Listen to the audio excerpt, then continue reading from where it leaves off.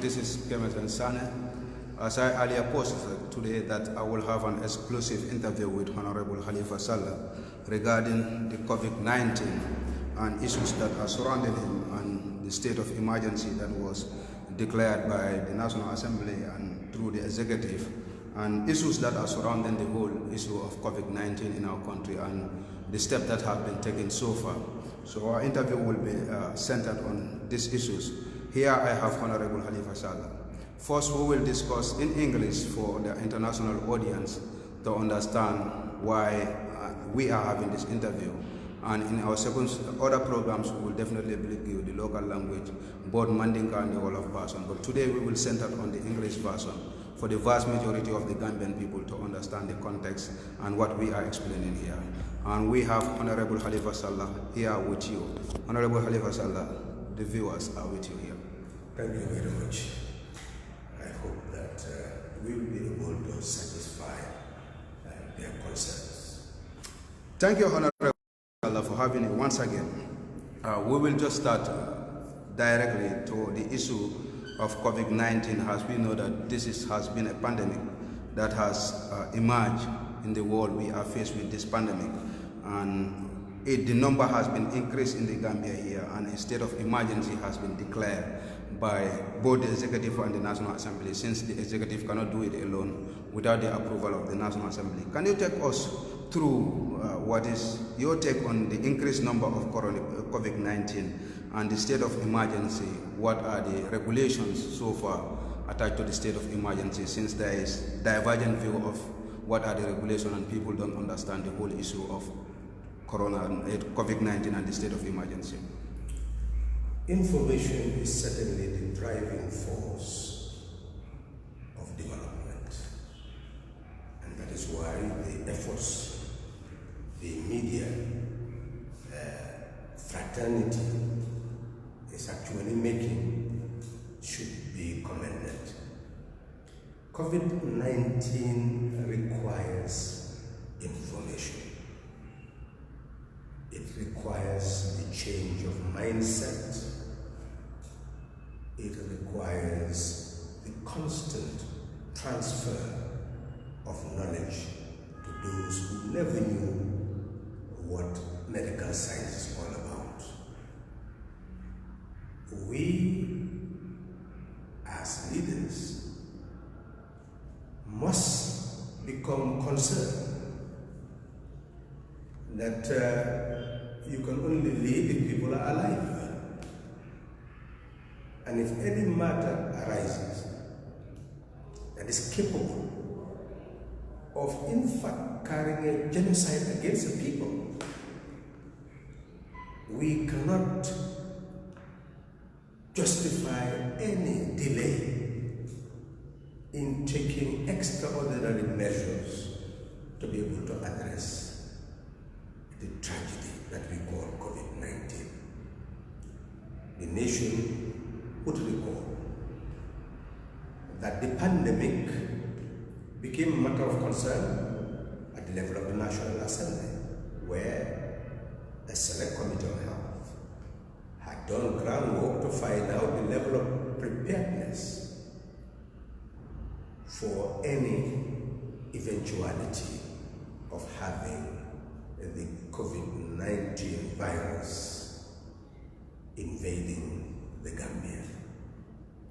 And in that discussion, the Ministry of Health was invited to give a situational report, an update. At that material time, we were told that the disease had not been discovered in the Gambia.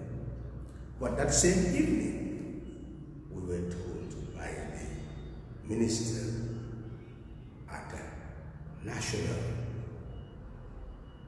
address that indeed a person has been found to be positive,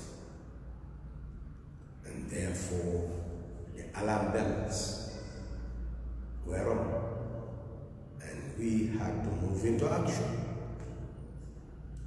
We were told by the health authorities that they would begin by monitoring the airport, seaport, entry point to the country because the disease was exogenous. It was from the outside.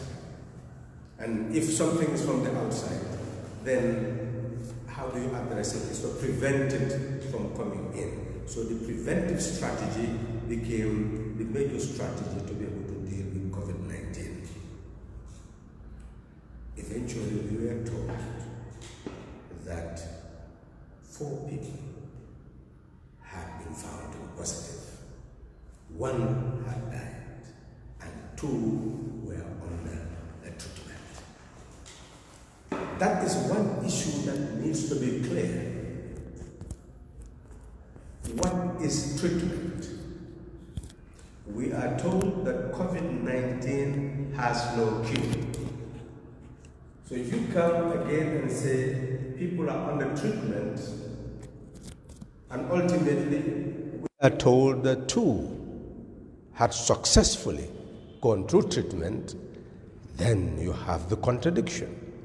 How were they cured? And that is the beginning of my emphasis, that we must learn from the doctors, we must listen to them to know what is happening. We should not be doubting Thomases and continue to express doubt about everything without carrying out proper investigation to know. We should search to know, not simply ask questions. There are answers to the questions we are asking. And each Gambian should be alert in asking the right people the right questions at the right time. Context and content must go together in order for us to be able to fully understand what COVID-19 is all about. And the lessons are clear. What we've learned from the doctors is simply this, that human beings are born with the capacity to fight illness, that their bodies are embodiment of the means to fight illness. And once the fight starts and your body is strong enough, your cells are strong enough to defeat the illness, then you may feel feverish, but ultimately you'll discover that you are well. So you'll believe it's a miracle. But the reality is that your body was able to develop enough cells to fight the illness. But if the illness succeeds in defeating your body, the cells of your body, then you will be gripped with visible illness where you would need to go to a doctor for cure. When you get to the doctor, what the doctor does is to diagnose your symptoms and then indicate what is wrong with you, and then prescribe what should facilitate cure. Once a prescription is made, what you are actually taking is going to fight the illness, and by defeating the disease, you become cured. What the doctors are telling us is that with COVID-19, if you fail to see a doctor on time until the virus defeats the cells that are fighting to defeat it, then you must surrender to the virus. And when you go to the doctors for help, they will tell you there is no cure. So the fever, the coughing will move into pneumonia, destruction of your lungs, and other implications which cause death. This is what has happened in China. It is happening in America. It is happening in Europe. It is happening in every part of the world. And that is why the WHO alarmed the world that a disease is there that is a killer. And at the moment, the doctors do not have any cure. If you are found to be positive early, they may be able to fight the symptoms and energize your cells and their capacity to fight back, and you may be successful in defeating the virus. But for them, there is no medicine they can give you that will go and attack the virus and kill it and facilitate your cure. And they are the doctors.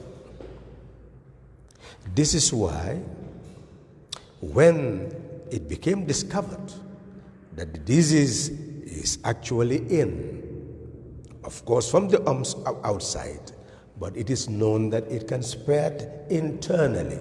How will it spread? They told us that the disease, once the virus invades your respiratory system through your mouth, through your nose, what it does is to settle, cause cough, fever, and then the other symptoms will emerge. Therefore, there is a preliminary stage of discovering whether the person has it or not.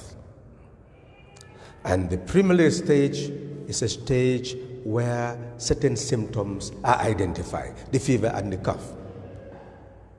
This is when they said that to help contain the illness, those coming from the outside would have to go through some form of screening. Screening and testing are not the same. Screening means that they will begin to look at some of the symptoms that could ultimately be confirmed to be symptoms of the virus. Therefore, one of the gadgets is the thermometer. That is utilized to screen those who come in. And if their body temperature exceeds what is expected, then those people could be taken aside to be observed. That is really protective observation. Let's abandon the word isolation. They are not being isolated because doctors are going to look after them. Nurses are going to look after them. And those people who are engaged in testing in the laboratories will look after them. So they are not isolated. They are moved for protective observation by those who have the competence to do that. And that's what everybody should know. And that is the starting point, showing you the investment that must be made to be able to address COVID-19. If you remove somebody from his or her home and have to accommodate that person somewhere, it is like you are hospitalizing the person. But this time, it is just meant for screening. But the screening will have to go for 14 days. So you have to feed that person. You must provide that person with an environment that is convenient. In that respect, you must have investment.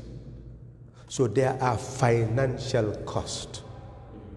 There are costs in human resources because doctors will be there, nurses will be there, laboratory technicians will be there. So we are talking about financial implications of COVID-19. So when you say that a country is prepared, it means that that country must be able to provide the thermometers, must be provide the human resources enough to be able to test or to be able to screen those people and ultimately conduct the test. So it means you must have the laboratories. You must also have the material resources where you're going to keep them. So to us, it was an emergency. That preparedness was not there. So with immediacy, they would have to find where to accommodate people.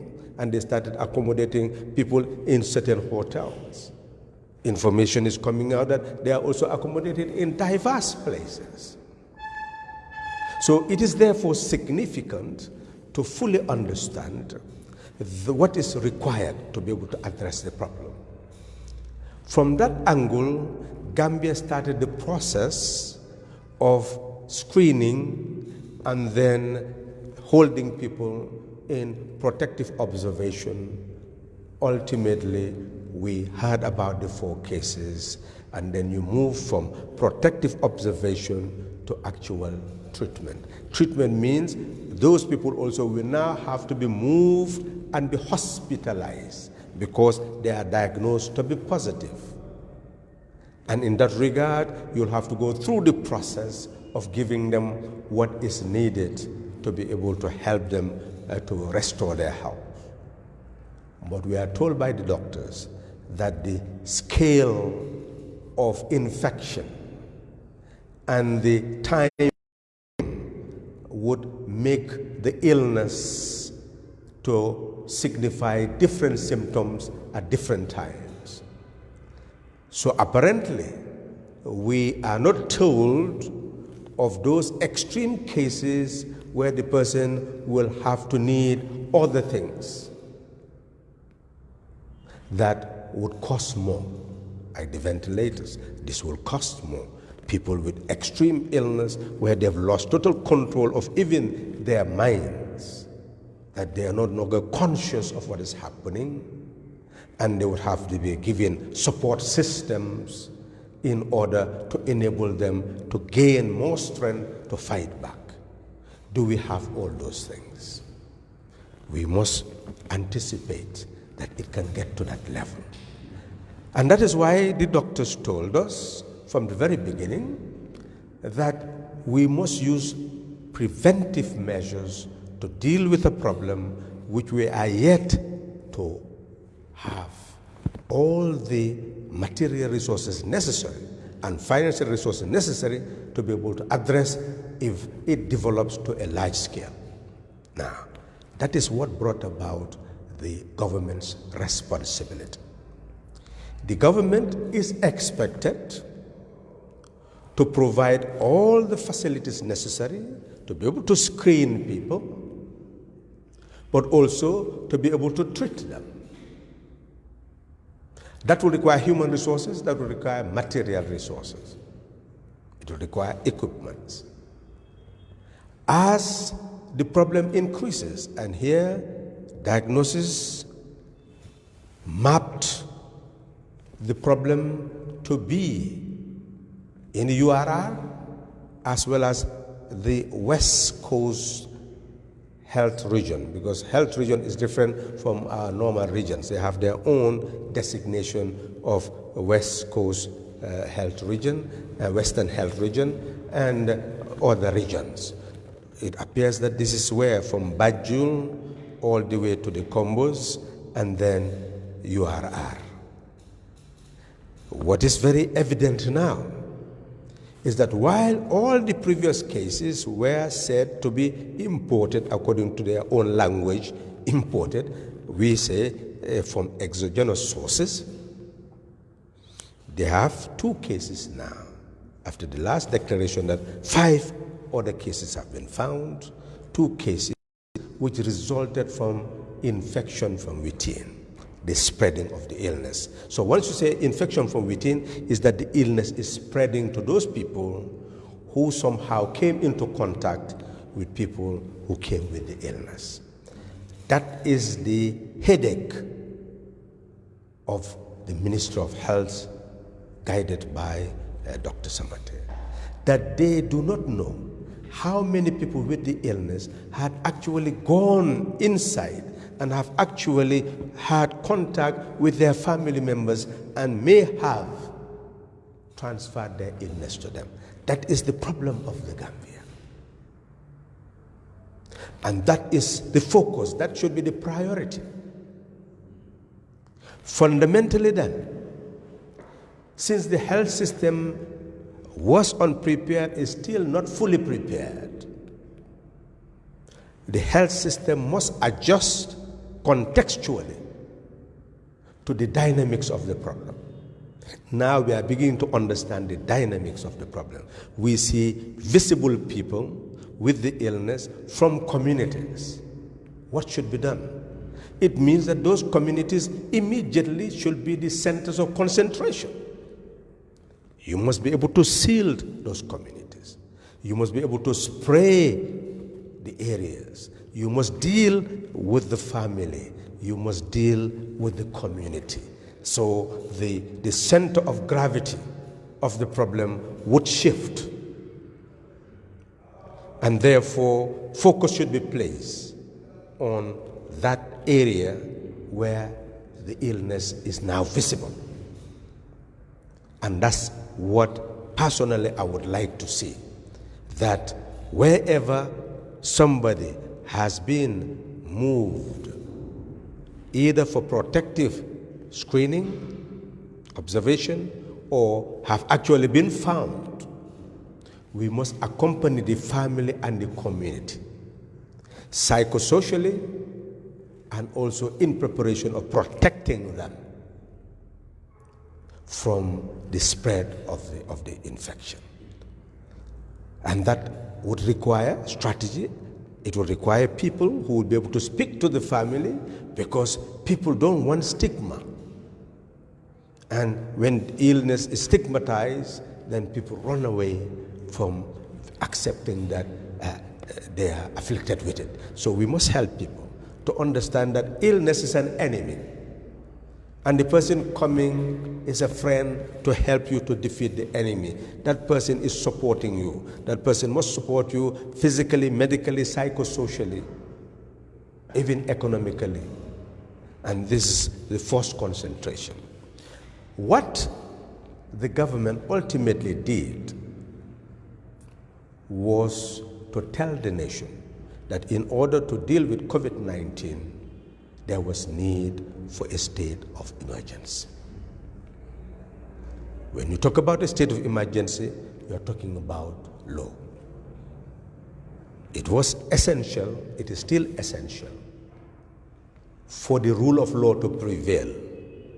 And wherever something is seen to be necessary, then we must find out whether it's backed by law. And we must create the law that backs it in order to ensure that actions are based on law. The President addressed the nation, indicating that measures must be taken to contain the illness. And this is where I would want people to focus on measures to contain the illness. If the measures are reasonable, if they are justifiable, then they are the right measures. If they are not reasonable, if they are not justifiable, they are not the right measures. How do we know which measures are reasonable and justifiable? First of all, we must know the context, and the context is a health context. Section 34 of the Constitution envisages a time where there is a national threat that is not ordinary, that leads to a breakdown of order and makes it impossible for normalcy to be maintained. That can come through armed combat, where you have a civil war, and then the usual controls are no longer valid. In that case, then you need governance that is contextual to retaining the power of those who are elected to manage the situation until normalcy is returned. But another situation is that the threat may not only be a threat to public order, it may also be a threat to public safety, it may be a threat to public health, it may be a threat of different kind. But we are not used to threat to public health that simulates as if it could eradicate all of us. That will have a genocidal tendency. And COVID-19 is declared by WHO to be a pandemic of unimaginable proportion. and could lead to total devastation of the life of a country. Not only was it declared so, but it became very clear that the way it spread is so swift because it relies on social relationships. And an illness that relies on social relationships is the greatest threat to our human existence, because husbands and wives must relate. Fathers and mothers, and fathers and children and mothers and children must relate. Neighbors must relate. Friends must relate. Human society is founded on that close affinity between people. So if what is now a virus could spread by coughing, could spread by close contact. If you talk about coughing, just imagine kissing and all those things that people have used to show love and affinity. Then you can imagine what a threat COVID-19 is. And because of that, they discovered that since it's a disease, social relationship, to survive and spread, it must be deprived of the capacity to spread by ensuring that we have safe spacing between human beings. Not only safe spacing, but maintaining the type of cleanliness that will deprive it of the opportunity to spread. Not only to spread, but also ensuring that there is early detection to enable the doctors to give the person the support that is necessary to be able to combat the illness and be alive. So it's a combination of early detection, safe spacing, cleanliness, so that we will not be able to spread the disease by ensuring that we reduce the social contact. This is what is found to be the fact. That is the angle of medical science as it dovetails into law, policy, and administration. One can see the concept of a state of emergency where the president declares that this COVID-19 is a threat to our existence, and therefore extraordinary measures are needed. But what the Constitution says under Section 34 is that where such a situation exists that is conceived as a state of public emergency or may exist if certain actions are not taken, then the president can make a proclamation which must be published in the Gazette. But that is where it stops. The president would make a proclamation that is published in the Gazette. But the reason for the proclamation is to be able to take extraordinary measures.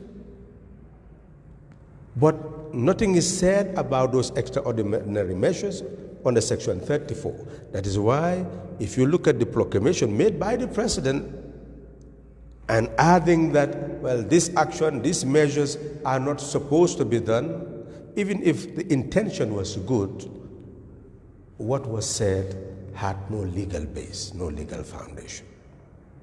And that is what has caused the false confusion that this should not be, must be, different things were said. That is the first dimension. The proclamation is a proclamation of public emergency. But what should follow are measures. But what should justify the measures is what is actually stated under Section 35, not 34, Section 35 of the Constitution, which shows that measures could be taken, and the measures is to have an act. State of Emergency Act. And that act under Section 35 would actually provide the basis for the measures that should be taken to ensure that one deals with what caused the proclamation. And those measures must come in the form of regulations. So the regulations also must be reasonably justifiable in terms of addressing the specific issue that is considered to be the threat. That is the linkage. You have the power to make proclamation, power to make a regulation, but the regulations must be fit for purpose. They must be regulation restricted by the need to address the problems you have identified as constituting a state of public emergency. What the law also says, power in the hands of the president is not absolute. It must be checked. And that is why Section 34 limits the time frame of the state of public emergency declared by the president. It states that if the National Assembly is sitting, the state of public emergency declared by the president will last for 7 days. Within those 7 days, if the National Assembly is sitting, the president should bring the proclamation to the National Assembly for an extension, which could go up to 90 days or less if the National Assembly deems it fit. That is the word of the Constitution. So when that happens, the National Assembly will examine the proclamation, but will also examine the regulations taken. And those regulations would have to be scrutinized to see whether they are fit for purpose, they are reasonable and justifiable to be able to address the purpose for declaring the state of public emergency. Those are the powers of the National Assembly, and with 2/3 majority, the declaration, proclamation, and the regulations could be extended for the period that has been accepted by the National Assembly. It is important, therefore, before we look at the regulation, we look at the process at the National Assembly, because the Constitution says if the National Assembly is not sitting, then the proclamation would last for 21 days to give opportunity for the National Assembly to be convened, and there within 21 days could bring the proclamation and the regulation again to the National Assembly for extension. The country would recall that the minister did bring a proclamation dated 26 March, not the one dated 18th March. He brought the one dated 26 March, where the president did make a proclamation, and the proclamation also went with some regulations because it indicated what should or should not be done in the country. And when that was brought, there was a request for the National Assembly to extend the state of public emergency to 90 days, and that was the debate.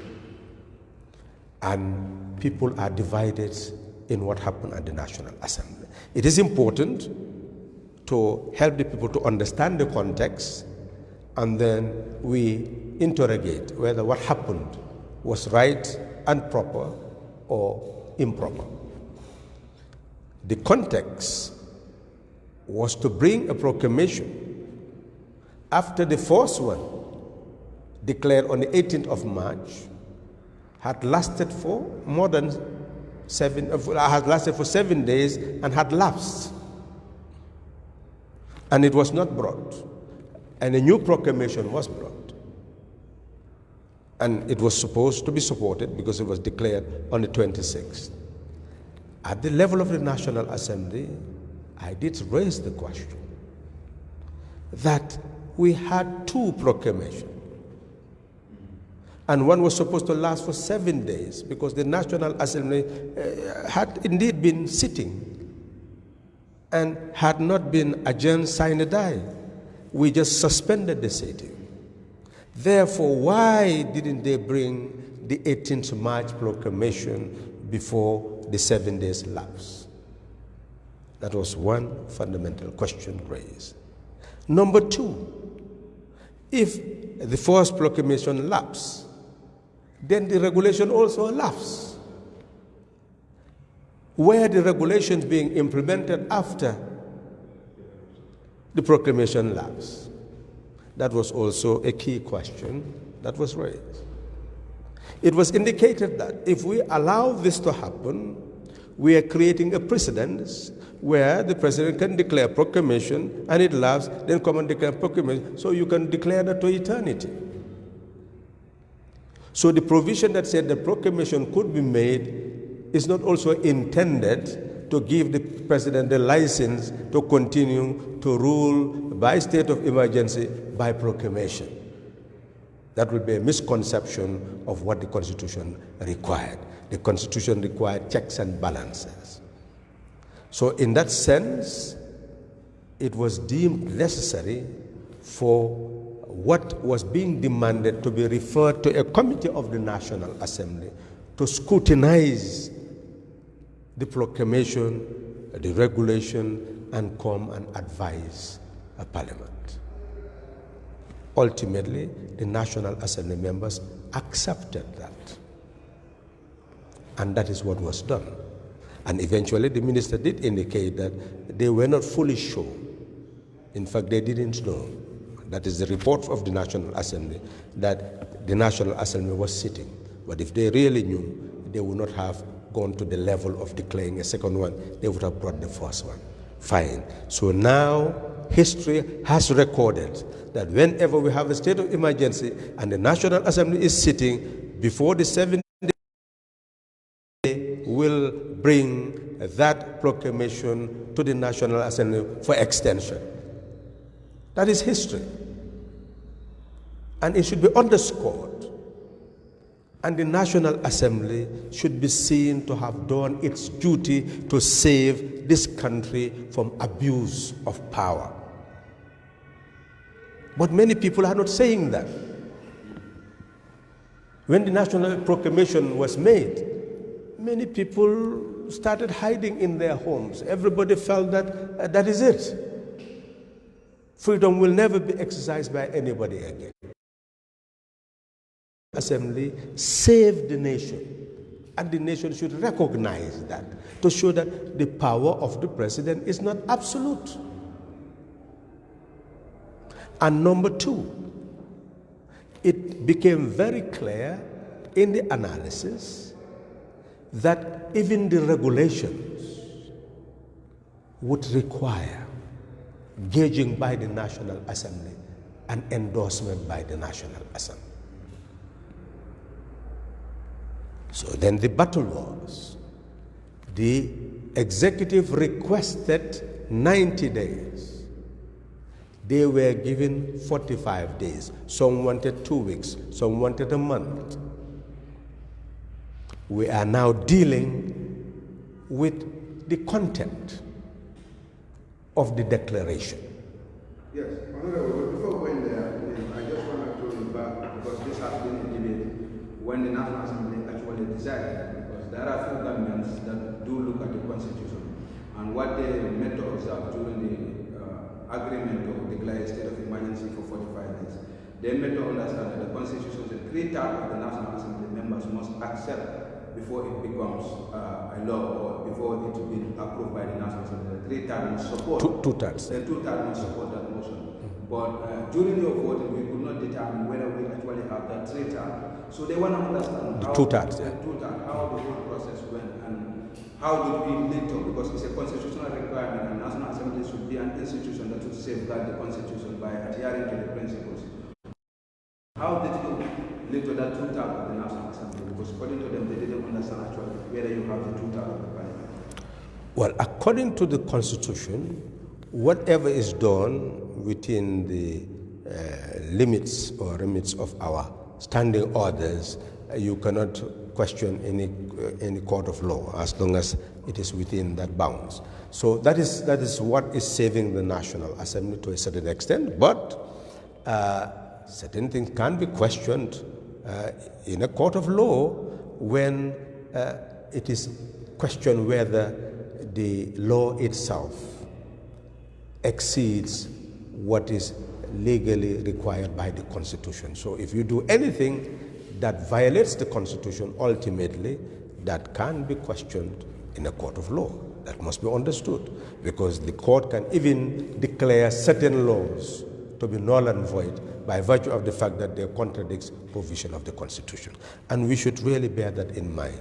I believe you could see that I was raising my hand at a given time to explain, but you know, the enthusiasm was already there to give the 45 days, since the National Assembly has shown its power that it can reduce what the executive brought to us. I believe that that is what really moved many people to feel that, well, why don't we just try this and move on?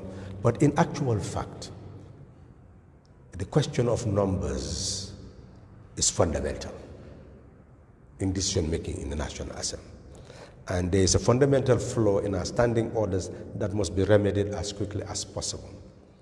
It was in the original standing orders, but somehow it has been left. I think it must have been by omission, but not because they feel that it's not necessary. And that is division. When you have division, there is a decision made by voice. Aye, nay. You can hear loud when ayes is the majority. But this is when you deal with majority vote. There are certain decisions in the National Assembly you can decide on the basis of a majority. And it's not focusing as long as you have quorum. But there are certain decisions that go beyond quorum. It talks about decision of the whole National Assembly. And the Constitution is very clear on that. When it says two-thirds, it does not say two-thirds of those present. It says two-thirds of the members. That means the totality of the members is what you must base the two-thirds on. If it says three-quarter, it means the totality of the members. Two-thirds of the members is not saying two-thirds of those present. And you can see that not all the members are always present.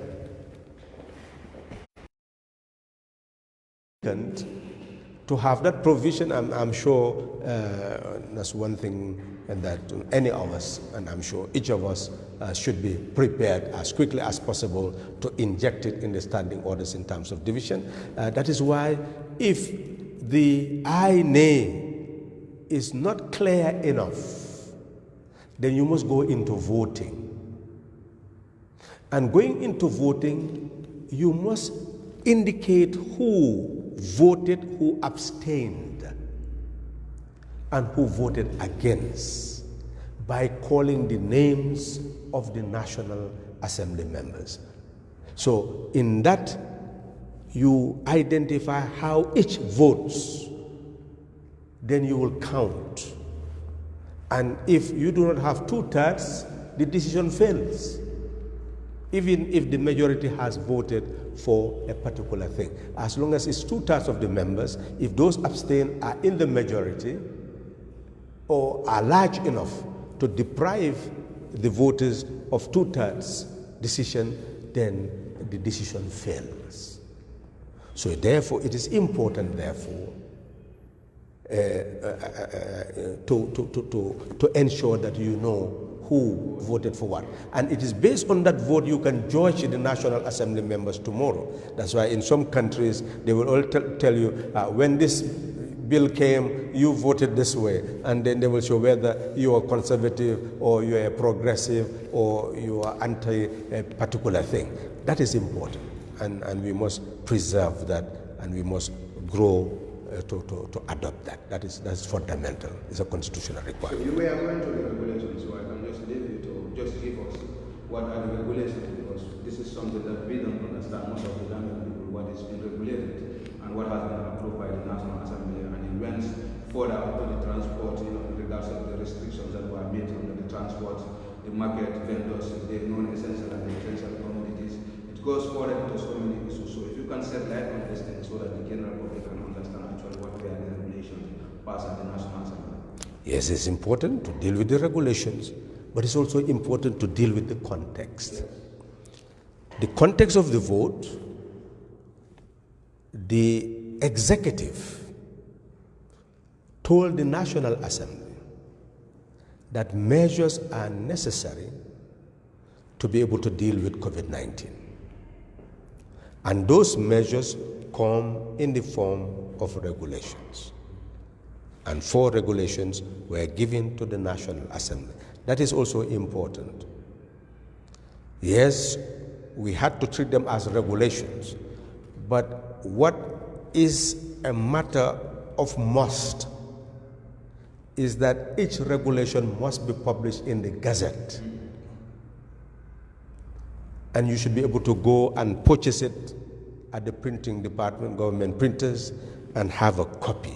That is absolutely necessary, and we will recommend very strongly that the Attorney General follows the printing of those gazettes so that one will be able to affirm that they exist, so that the law enforcement officers will not just rely on what is declared on TV, but will have a legal department that will say, these are the regulations, now go and enforce them.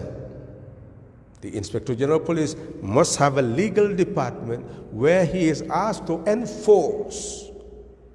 The legal department must be able to say, yes, we now have the gazettes in our hands directly from the printing, from the government source, and that here they are, and this is what they say, go and enforce this.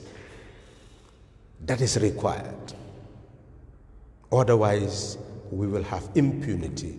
Otherwise, we will have arbitrary rule. So this should be a lesson to us. Number 2, some people are questioning why the National Assembly gave 45 days. Some are even saying, if there is any problem, any hunger, any hardship, well, the National Assembly is also an aider and abettor of maladministration. Well, these are things that we should weigh based on evidence before we pass judgment. It is important for the people to realize that COVID-19 is accepted to be a threat. And all countries had closed their borders, almost. And air traffic had been controlled. Economies are declining.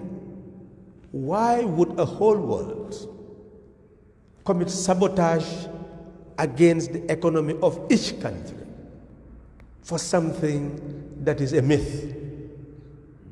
Obviously, if Gambia just remained as normal, the whole world would have isolated Gambia and believed that Gambians are of a different kind. So something had to be done. And there is no doubt a state of emergency was necessary.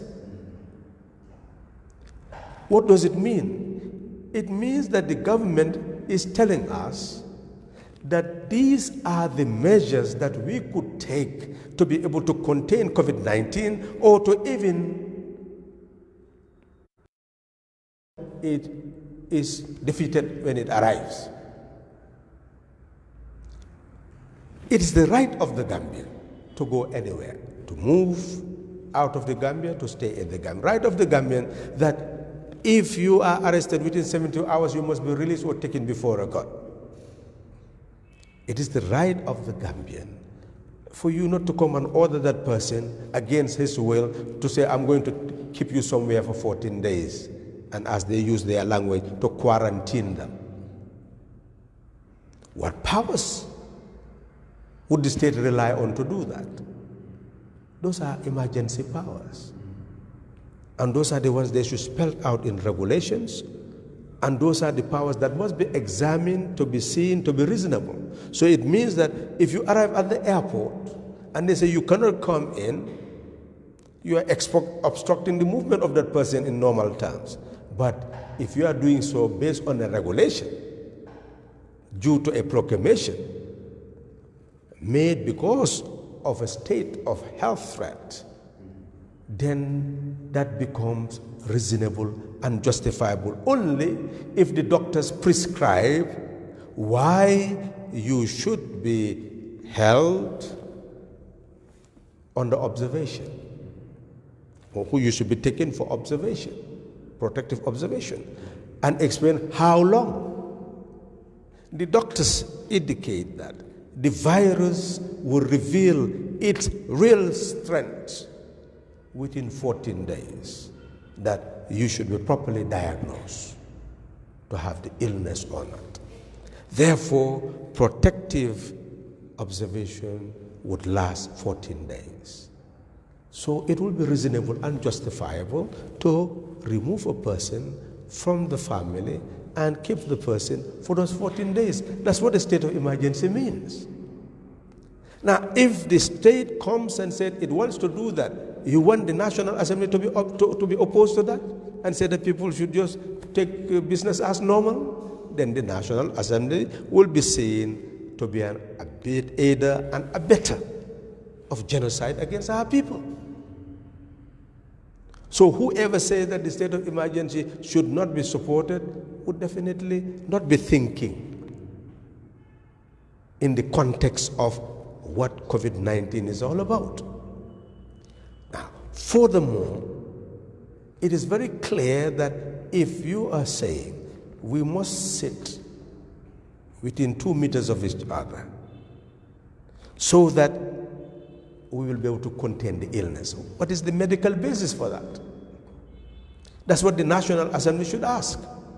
Why should be all public gatherings where people are, you are saying now it must be contained in such a way that people should always sit 2 meters from each other. Once you say they should sit 2 meters from each other, it means that most public gatherings can no longer be, because compounds, if you have a wedding, naming ceremony, and people sit 2 meters from each other, how many people will be in the compound? So once you control a space, then the question is why? And a regulation must be able to back that, because you cannot enforce that without a regulation. But then that regulation must be reasonable and justifiable. Why is it reasonable and justifiable? The doctors say when you have the illness, when you cough, it leaves your mouth, the organisms will leave your mouth and could reach the mouth of the other person, could reach the nostrils, could reach the eye, and penetrate the individual and contaminate the individual and infect the individual. That's what the doctors say. National Assembly members did not say that. The doctors said that universally. So therefore they said that one way of containing the illness, this is a virus, once it leaves the mouth, it cannot travel a long distance and it will fall on the ground. And for them, the safe space is 2 meters. Who are we to question them? We do not have the medical evidence to question them. Therefore, if they say public gatherings should be regulated, should we oppose that? We cannot oppose that. And that we should wash our hands. We should not shake hands. Because they said, if you have the illness, you cough, you sneeze, it falls in your hands, and you put your hands in the hands of another person, you'll transfer the illness. They are encouraging that we stop shaking hands.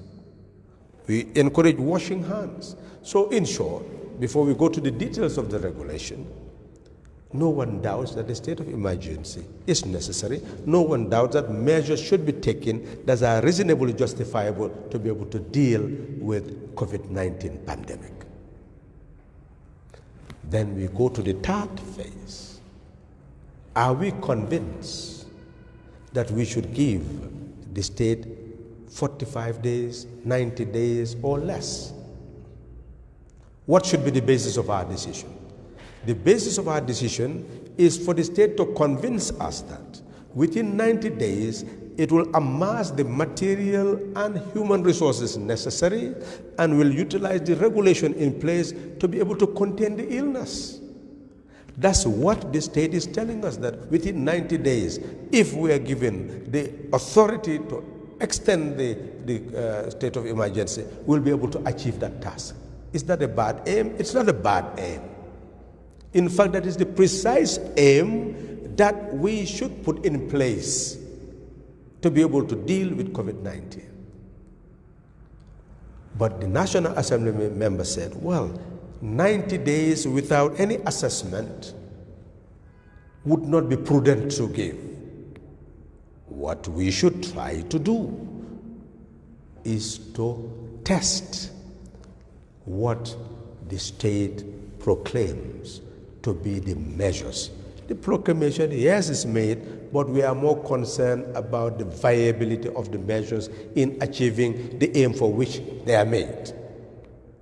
So therefore, even if those there are differences in terms of time to be given, 2 weeks, 1 month, 45 days, regardless of the time frame, the objective is clear. It is to give the state lesser time so that it amasses the human material resources, carry out all the measures necessary to be able to address COVID-19 pandemic. Then the National Assembly will do the assessment during the periods of 45 days, 30 days, or 2 weeks, or 90 days to be able to come with a decision. But the National Assembly had decided that they will give 45 days. This is the period given to the state to amass all the resources necessary to be able to address the problem, and the National Assembly will assess. That is the basis of the decision. In that regard, we must now look at the regulations. The objective of the regulation is to manage public space in such a way that we prevent the spread of the illness. That is the focal point. So it is therefore important to see that the epicenter of transferring illness that is called COVID-19 is social relationships and social gathering. That is the epicenter for transferring the illness. It is that epicenter that must be controlled.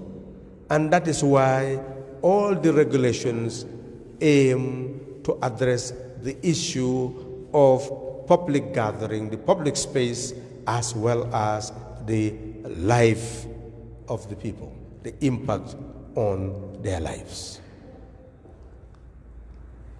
There are 4 regulations that were brought to the National Assembly and given to the National Assembly members.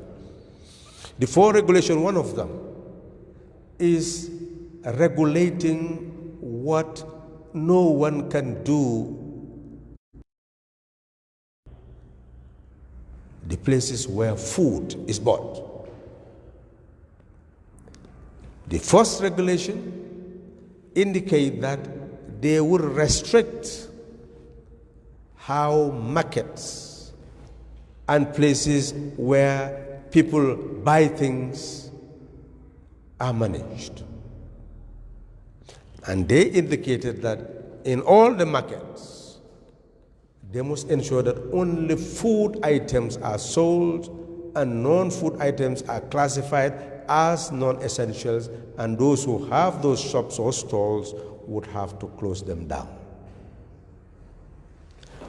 In doing that, what they are telling us is they want to regulate the public space in the market so that the stalls will be 2 meters from each other.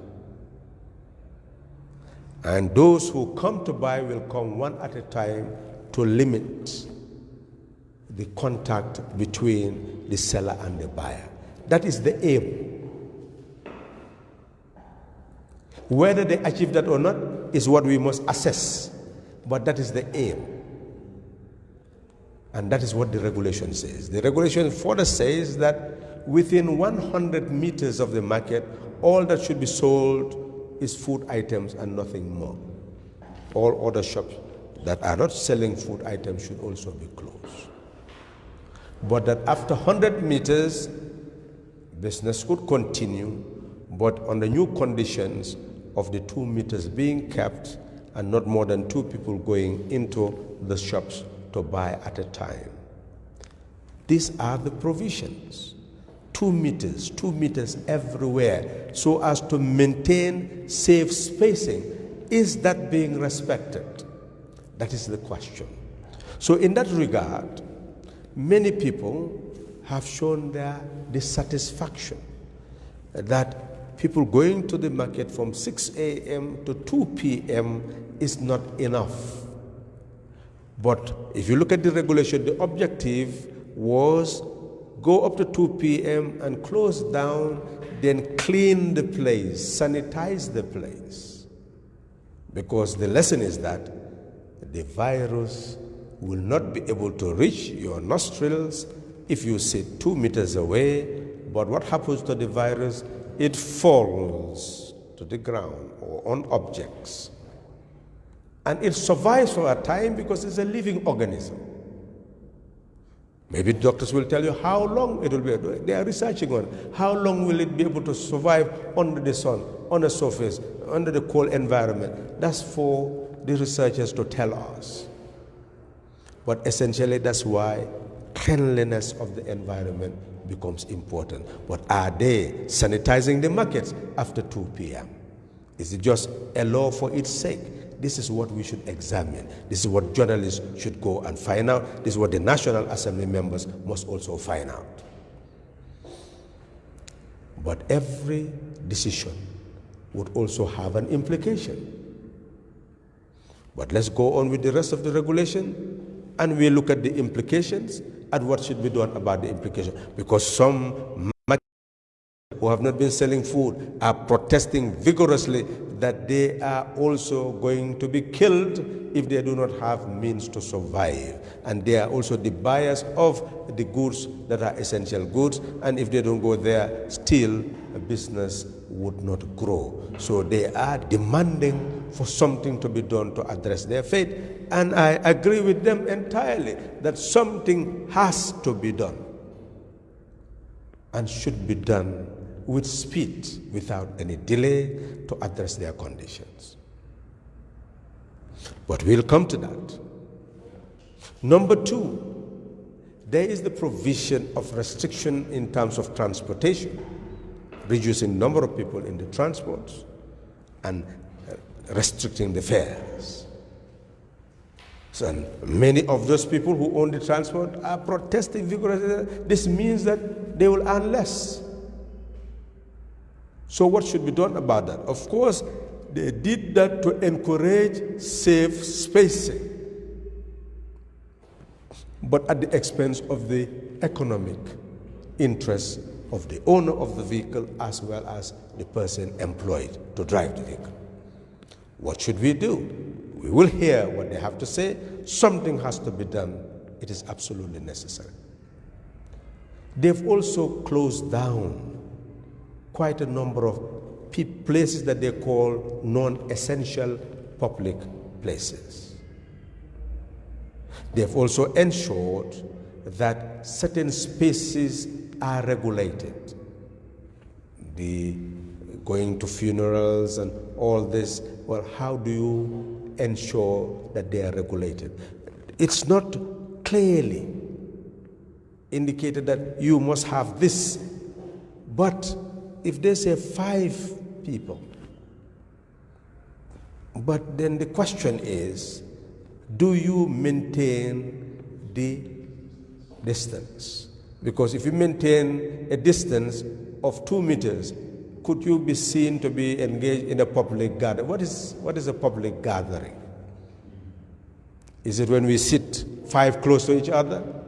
But if we spread, then how do we conceive it?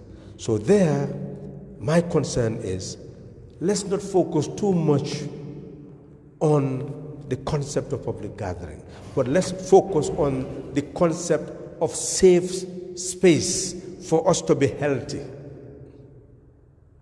so that we limit people who will occupy a given space for wedding, to ensure that we maintain the 2 meters. And where you cannot fit, then leave and come at another time for our common safety.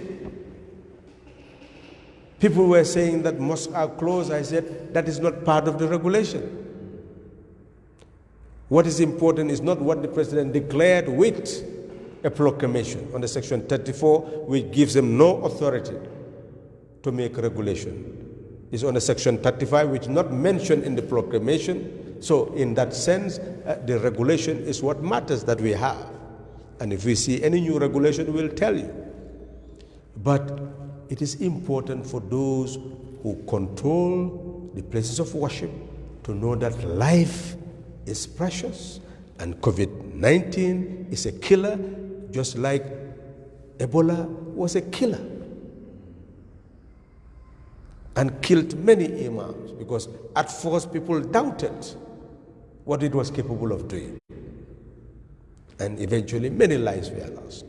So it is important that we respect the safe spacing. And what that safe spacing will tell you, well, how many people will be able to fit in the praying place, in the place of worship. Number 2, how do we worship? So would the person leave the organism by bowing down? If that happens, what do you do? Would everybody still bring your own? So it is those people who are managing lives in those spaces who would say, well, it's not worth it, because when we pray together, this is why we should, maybe because of the illness, this is not possible. So we are taking our own decision as to how to manage our own faith. That is how it should be handled. Each person should take responsibility for the people who follow you and guide them properly, not misguide them to their death. And don't go against state regulation because it's just a state regulation. Find out what the regulation is. Is it reasonable and justifiable? Challenge it if it is not reasonable and justifiable, so that all of us will do what is reasonable and justifiable to combat COVID-19. Whatever we do must be reasonable and justifiable to kill the virus, to defeat COVID-19. So in that sense, we look at that public space, and the last phase is the price controls. In a state of emergency, there is hardship, but people must live. And that's why effort must be made to make food accessible, not at a point where the person who is selling will ultimately become bankrupt. So it means that economists must be there to study what system of price control should exist. How do you manage the situation? How do you compensate when people give goods only to discover that they also run into bankruptcy? So these are issues that are already coming as a result of implementation of the regulations. And therefore, at the market, the government must reassess to see whether safe spacing can still be met by those who are selling what you call non-essential goods, and that you will not have the type of crowd that will negate safe spacing. That is the bottom line. Nothing should negate safe spacing. If you see that they cannot all fit, could you identify a place where you locate as a temporary market? Create some makeshift areas and allow people to have these 2 meters and to be selling there. Could that be a temporary measure? The state should explore all measures. But if you see that no measure exists that will be able to address the problem of those people who are squeezed out, then the state must think of possibilities of compensation and must do so with speed. So when we talk about compensation, it should concentrate on people of that nature with such demand. The same thing with the drivers. The country must examine how to minimize their cost, because it's cost benefit. How do you minimize their cost so that they will enjoy the same benefit that they were enjoying without inconveniencing the population and threatening the lives of people by negating safe spacing or increasing fares beyond the capacity of the public to pay and increase their hardship. Here the state must again come, where there is reduction of petrol or any other means, reduction of taxes, payment of duties in the garages. So different measures must be taken and adopted to ensure that those people also do not suffer because of the measures taken for safe spacing to protect life.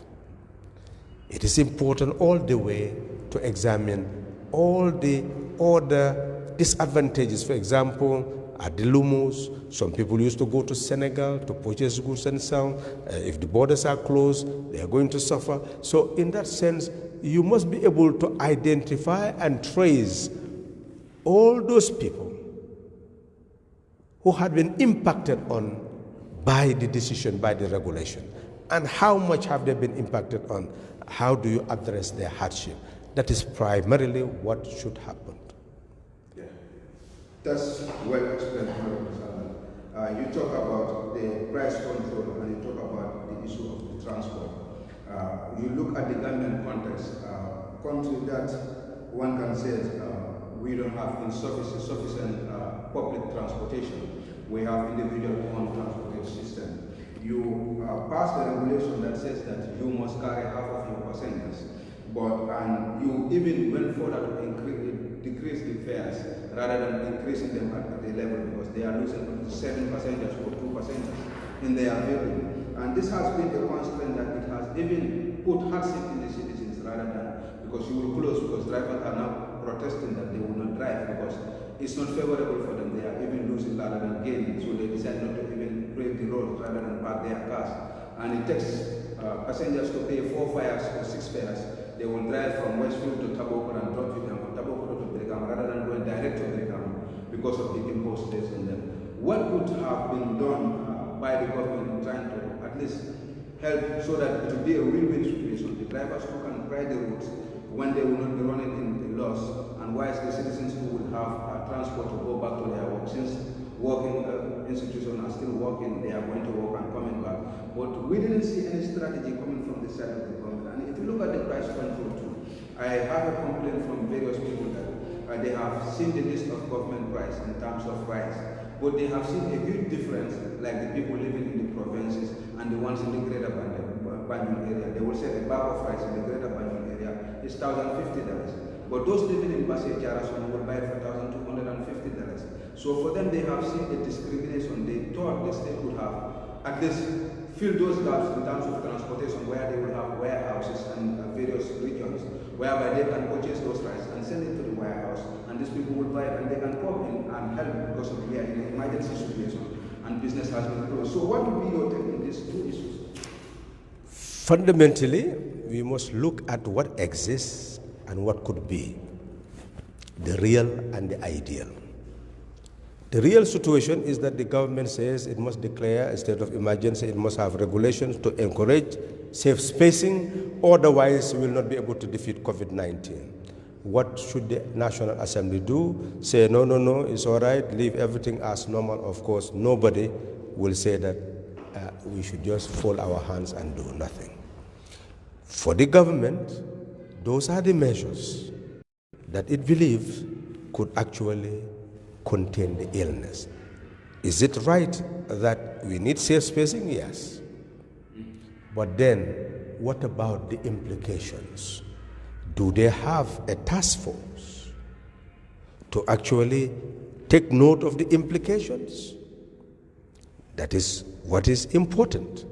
Not only enforcement of the price regulations, etc., and taking people to court, but also receiving complaints from those who respect the regulations only to suffer economic losses.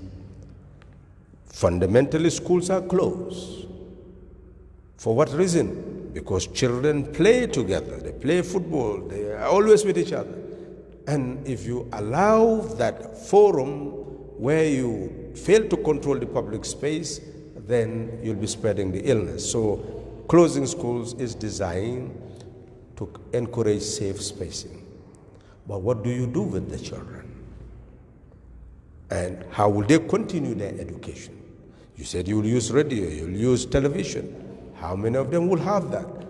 As you have mentioned, those up country, because of system of transportation, the cost of all foodstuff increases as you have transport taking them to farther afield. Because the port is here, the goods are brought down here and then taken up there. So in that sense, they are still thinking from the angle of economic cost rather than the social ramification of relying on pure economic cost. Once you say that you want to regulate the prices, for what purpose? For the purpose of combating COVID-19, and you are regulating prices so that you will not enhance hardship, then you must also ensure the continuity of supply. So you must ensure that your aim of reducing hardship is universal, and that would require the subsidy of government. That is absolute must. But the current situation is that you have a government which did not have a contingency plan, a government which still relies on taxation for its revenue or grants or domestic borrowing. A government that must borrow to be able to finance its budget. That's the reality. So whatever we tell the government to do now, it must come from three sources: from taxation, from government borrowing, or from grants. Because the government is not a government that builds sovereign national wealth to manage the affairs of a country. So its system of health will be crippled by virtue of resource constraint. So if it is to function at all, it must make tremendous sacrifices to be able to do that. It is depriving one side to provide for the other side. So essentially we must accept that reality, that is the reality that Gambia is confronting, that since 1965 we are dealing with a country where 48 to 58% of the population are living in abject poverty. And if you go further afield in the countryside, 70% of the population would be living on less than $1 a day. And we are told recently that under the current circumstances, over 60% of the population lives on less than $1 a day. So in that sense then, less than $100 a day. So in that sense, we are dealing with the poverty issue, and then COVID-19 comes. So how do you ensure that COVID-19 does not worsen the poverty? Is fundamentally what we must address. How do we ensure that in fact COVID-19 helps us to carry out greater social protection? That is the challenge the government is faced. But it's a government that is not prepared. It is now that it must work hard to address the problem. Fundamentally, therefore, instead of dealing with the ideal to deal with the real, the government should have put in place a multi-ministerial, interministerial task force dealing with all the components. The ministry dealing with social welfare should have been empowered to give more information, to know exactly the poverty that exists in the country, and to be able to have a program that will address the poverty level. And they should be able to have their own call station where people will be calling to talk about their poverty. That is absolutely essential. So in that sense then, all these problems that we are talking about in terms of the rural and urban area where people are actually poor would have been handled from the very beginning when the state of emergency was declared, and by now we should have been able to gather all the facts that are necessary to know which sectors are more vulnerable and what to do about them, and start the process of doing something about it. And we'll ask the question, what could they do about it?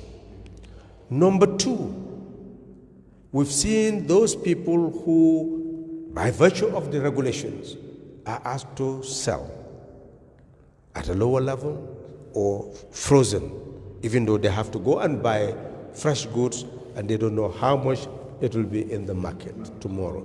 And the same thing with the drivers.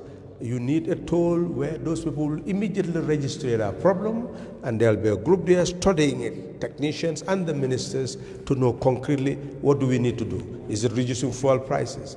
Is it removing taxation on certain goods and services that we consider to be main things? What will happen? Projections. Where can they purchase? To look for sources of the raw materials that they need, to be able to provide for that. So in that regard, they would have been able to provide real short, medium, long-term projections to be able to deal with the problem and give those people some element of comfort. You talked about the prices variation in the countryside. They could have ensured real systematic stabilization of all the prices by knowing what type of subsidy will be necessary to be able to subsidize the prices. Those are the areas that the government, since the declaration of the public emergency, should have been able to tell you immediately when you interview the minister that we have taken these measures to be able to address it. Not only that, if you look at the act itself, it shows you that government, under certain circumstances, should be able to take charge of certain facilities to improve the living conditions of the people. If you were following recently, you will see that that fishing factory is no longer functioning. Now, those people who are fisher folks coming to sell there are actually complaining that they cannot sell their fish. And we are still just looking at that factory closed by its owners because of the threat to COVID-19. What is the government doing? It has power for regulation. It has power to go and take over that factory temporarily, open wherever you need to freeze whatever fish may come, buy all that fish from the fisher folks and ask them to go and fish more, put it there, take care of it, and put it in the market at lower prices for the people to be able to have fish. At a given level, when the people's income are completely, it can even give distribution of food for the people to be able to eat. That's what a government should do. And why is it not doing it? And it is part and parcel of a state of public emergency. So in real terms, government can partner with those who are in the private sector at the moment, for them to reach an understanding whether it's going to be a 1 month period, 2 month period, to ensure that the society does not move down to terrible hardship. It can be done, and it should be done. And in terms of school, it's the same thing.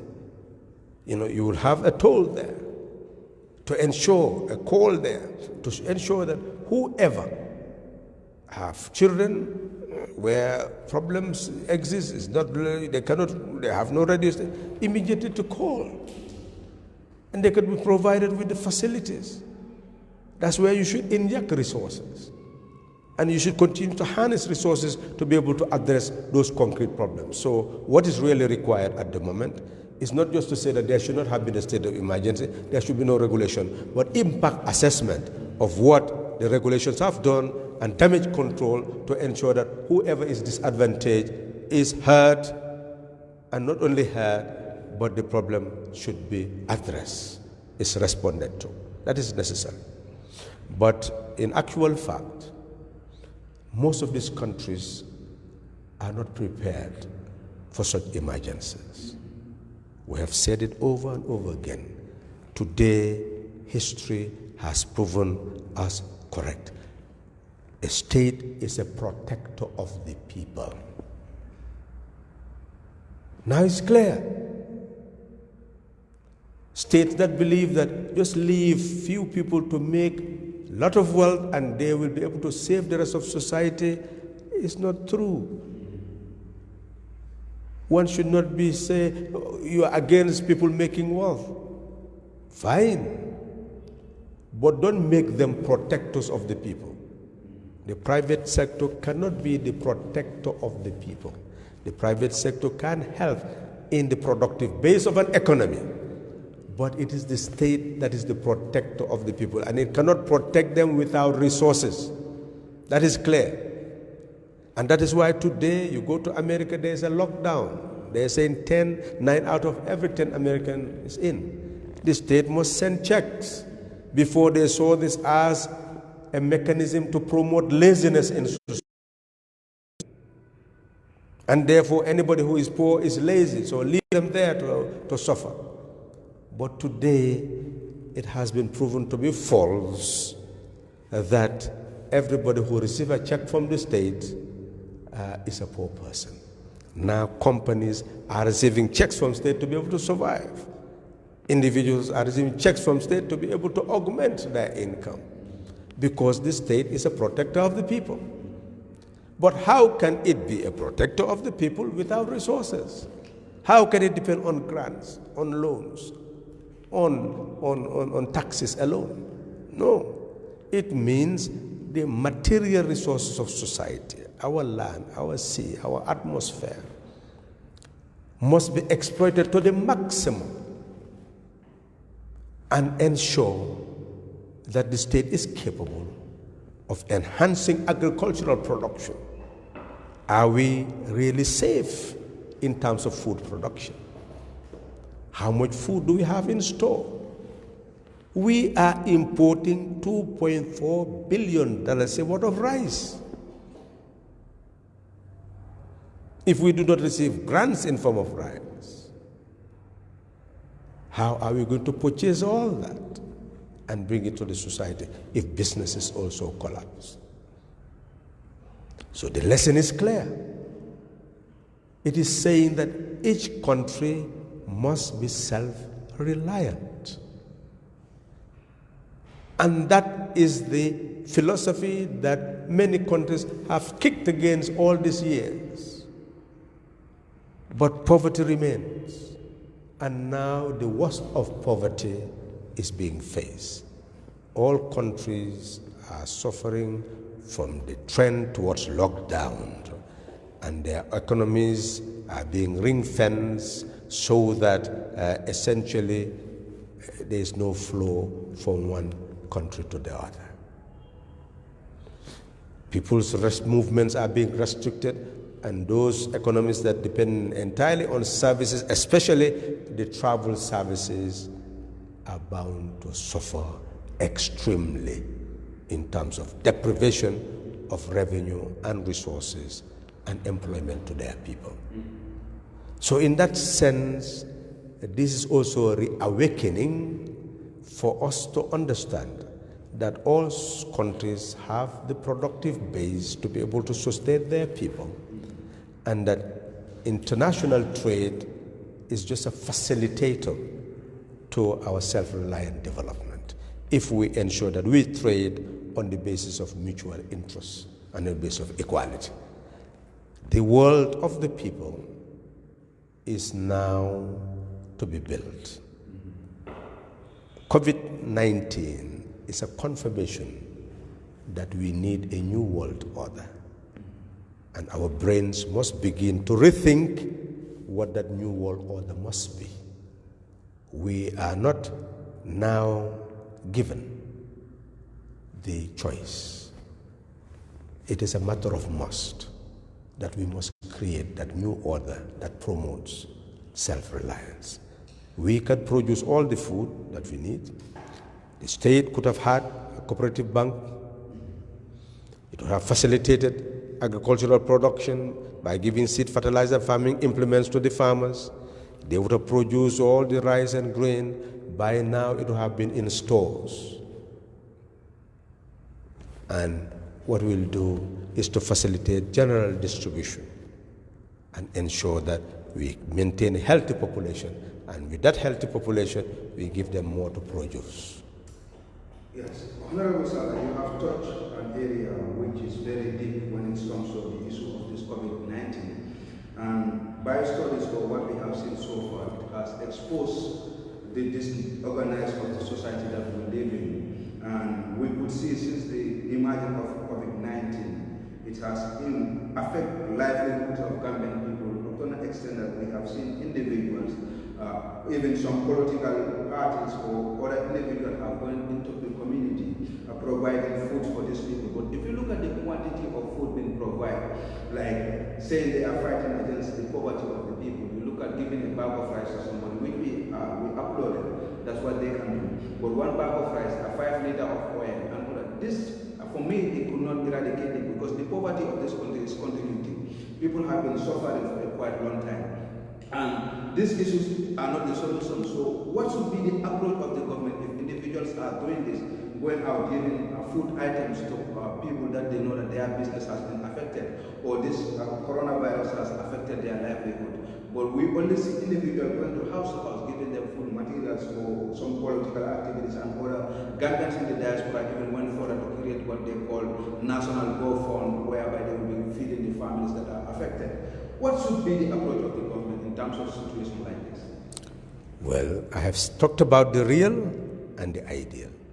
We are now dealing with the real situation. The real situation, I've told you, is very clear. The government depends on taxes, loans, and grants to be able to have an income. And it is from there that you provide any other service to the population. So it means that you must have a lot of environment, taking resources from one area and put it in another area to be able to provide the social needs of the population, or get international assistance to be able to do so. And that is likely what is and will continue to be, government taking that route. You will also see that where you have a society that is poor, anybody who can acquire anything that the people need, where there is clothes, where there is shoes, where there is food, you will bring it and take it, because people will take anything. The beggar has no choice. And the country is a country of beggars. And that is why anybody can become a humanitarian of clout by giving what the people don't have. And nobody can complain about that, nobody can condemn that. It's just to accept the fact that that is Gambia. Now, in that regard, you will see that it even changed our politics in the past, in the present, and will do so in the future unless we understand the state and what it has the capacity to do. The state has the capacity to be productive, to provide sovereign national wealth to be able to provide for all of us. You've seen that factory. Fisher folks go and bring the fish to them, they turn it into fish meal, oil, and export it. That's what that sector will do. And one should not blame them. That's what they do, and that's what they are set out to do. They did not set out to remove a people from poverty. It is the country, the elected representative, the state, that has that responsibility. So in that sense, if we had control of that factory by the government and get all that fish there and assisting those fisher folks with vessels, etc., trawlers, for them to fish, will we lack fish? No. The price of fish will go down, and in a state of emergency, it will be distributed freely because the resources belong to the people. And nothing will ever stop that type of production and distribution. So that is the reality that we must face under the current circumstances, that we do not have an ideal Gambia with a state that builds a stock of sovereign national wealth to be able to provide for its citizenry. So we depend on beggars. So those in the private sector who have some humanitarian sentiments will be able to say, let's raise funds, but how much will they be able to raise? And how much can people give from their bank accounts? So clearly, it is only a state that has the capacity to be able to give the stimulus that you have seen, American governments giving to the private sector, etc. And they continue to mystify what individuals can do. No nation can be fed from pockets. Nation must be fed from the national coffers. That enables people to be productive, not just consumption, maybe in a state of emergency, but the basis is to promote production of the people. So we need production-based subsidies and welfare in developing countries like the Gambia so that we produce in abundance. That is the only way we can move in the future. I have said it over and over again. Not even before the emergency. You will see people will go and dig a borehole. Of course, it will be appreciated. And some even mention that as showing what you can do if you are elected as a representative. And you know, there's an insult. Because each village should have a village treasury. Each village should be able to have a village farm. And the people, rather than paying taxes, can go and work, contribute in labor on that farm. And the state can give fertilizers and farming implements. If they are close to places where you can have aquaculture, it can provide aquaculture facilities. So in that sense, what is produced will actually be in the village treasury to be able to produce the borehole that you need, or even provide the type of food assistance that you need in times of emergency. So we are not prepared as a people to have the type of state that is productive, that enables people to be productive and therefore guarantee their food security and their food safety. That is what does not exist. So we are dealing with a real situation and not the ideal situation which should be. And in a real situation, well, let all do whatever they can to reduce hardship, because that's the most we can do. But ultimately, that is not the solution. Thank you, Honorable. I think I have no further question, but just to thank you for granting us this interview. We must be hundreds of people watching you right away, and they have most of them raised some issues that I just want to draw your attention to, because they have been part of the programs and they want to just inquire about the $500 million that was addressed by the Minister of Finance when he appeared before you people. And they said they have so far seen so many donations coming from the official, the bank association, the Gambia Bankers Association, which was presented yesterday to the Minister of Finance.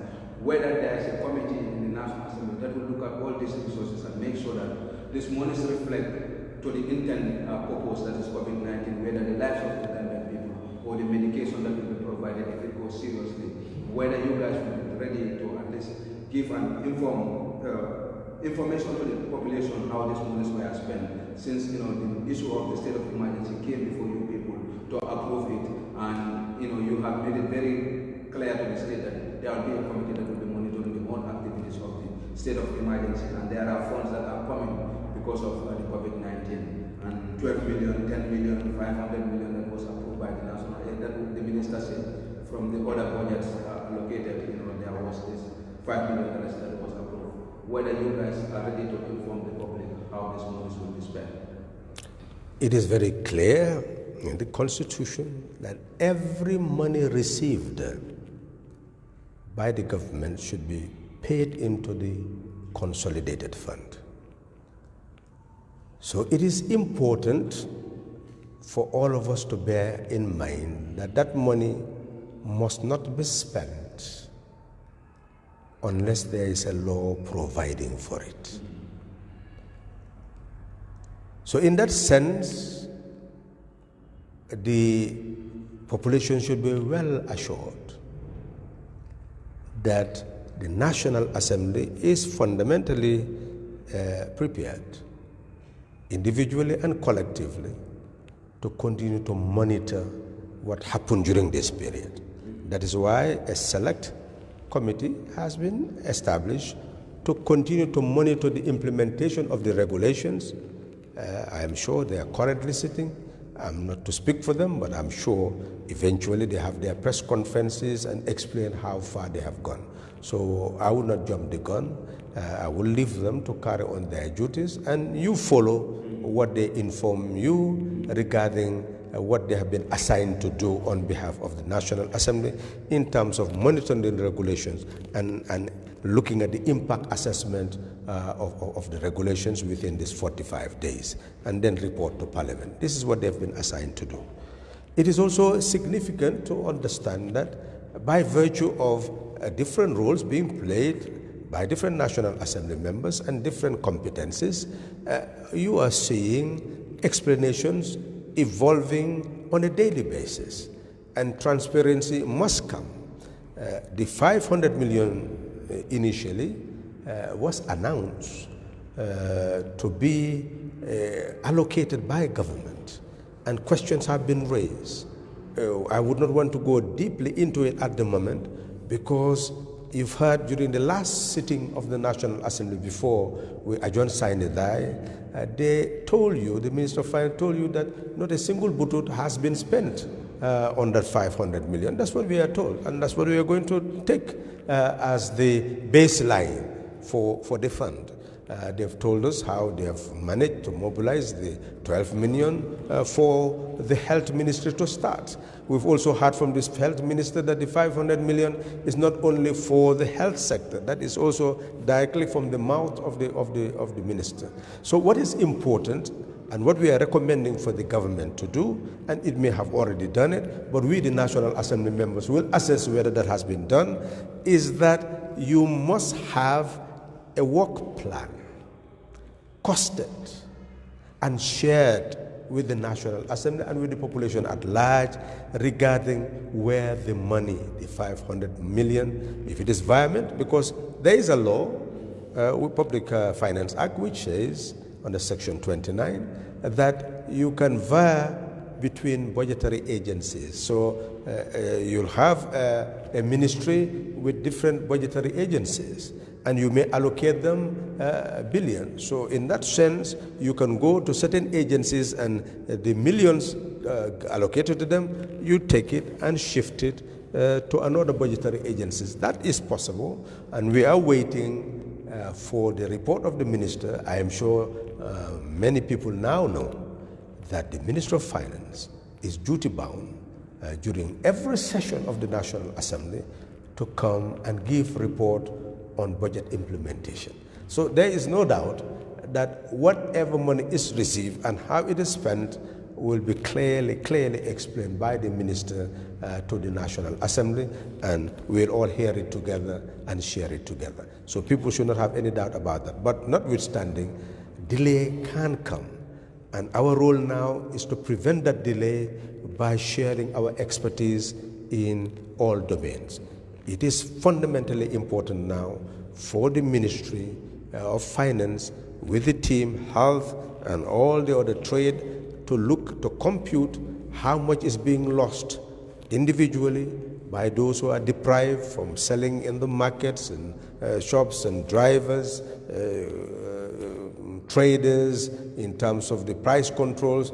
They should maintain that data and share it with the population and identify what should be done to subsidize the losses. That is a matter of